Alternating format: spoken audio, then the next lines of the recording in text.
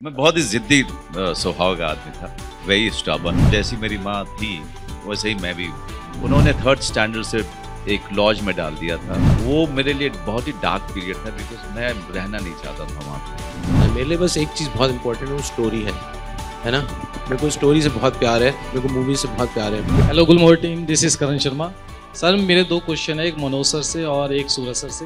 Manoj sir, आपने recently एक video share करी थी जिसमें आपने अपना पुश्तैनी घर दिखाया था।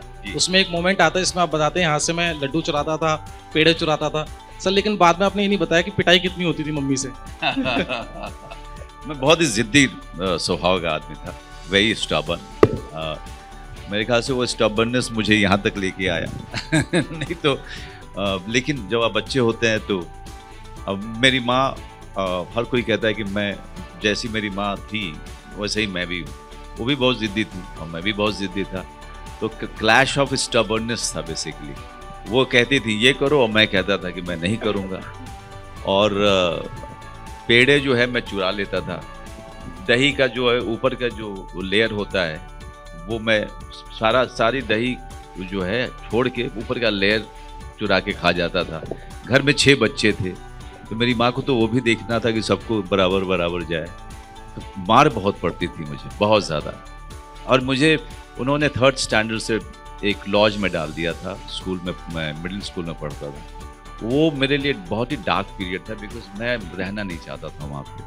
तो मेरी माँ को पता नहीं चलता था कि जाना क्यों नहीं चाहता वहाँ पे, इसका भाई तो चला जाता है। लेकिन मुझे जो है वहाँ पे मुझे बिल्कुल मेरी एक्सपीरियंसेस अच्छी नहीं हुई। तो मेरी माँ बहुत मारती थी जब भी जाना होता था। एक बार मैंने कमरे में घुस के दरवाज़ा लॉक करके, जहाँ से खिड़की खुली हुई थी, तो मेरी माँ कह रही थी कि दरवाज़ा खोलो। तो वहीं पे एक सब्जी चलाने वाले, क्या बोलते हैं उसको, करची जो बोलते हैं, वो उठा के मैंने अपने पेट में मार लिया ऐसे। और मैंने कहा आ करके गिर गया वहीं पे। और मेरी माँ को सच में लगा कि इसने अपने आप को मार दिया।